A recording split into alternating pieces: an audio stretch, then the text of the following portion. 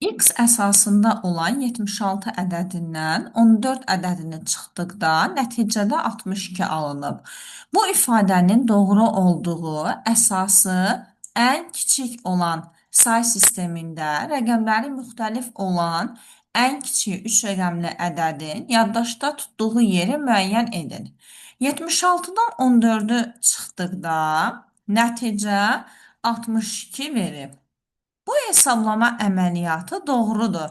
76-dan 14 çıxdıqda, yəni biz hesablamanı da apardıqda, 76-dan 14 çıxdıqda nəticə 62-ni verir. Deməli, bu hesablama onluq say sistemində doğrudur. Əgər bir hesablamanın nəticəsi onluq say sistemində doğrudursa, bu o deməkdir ki, həmin hesablama mümkün olan digər say sistemlərinin hər birində doğrudur.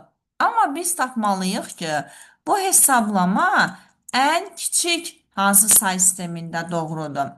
Bunu müəyyənləşdirmək üçün həmin hesablamanın içərisində olan simvollara tək-tək, ayrı-ayrılıqda diqqət etməliyik. Və burada ən böyük rəqəm 7-ni görürük. Və fikirləşməliyik ki, 7 rəqəmi ən kiçik hansı say sistemində olur?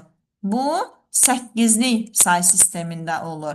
8'li say sisteminin simvolları 0-da başlayır və 7-də bitir. Və 7 rəqəmi ən kiçik 8'li say sistemində olur. Bunu müəyyənləşdirdik. İndi sualın ardında deyir ki, həmin say sistemində, yəni söhbət 8'li say sistemində gedir. Rəqəmləri müxtəlif olan ən kiçik 3 rəqəmli ədəd. Bu 1, 0, 2'dir.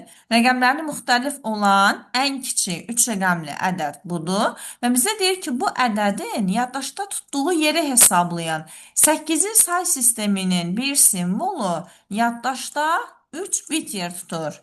Hər biri ayrı-ayrılıqda 3 bitdir. Onda bütövlükdə həmin ədəd yaddaşda 9 bit yer tutacaq. Deməli, həmin ədədin yaddaşda tutduğu yeri hesablayın. Doğru cavab olacaq 9 bit.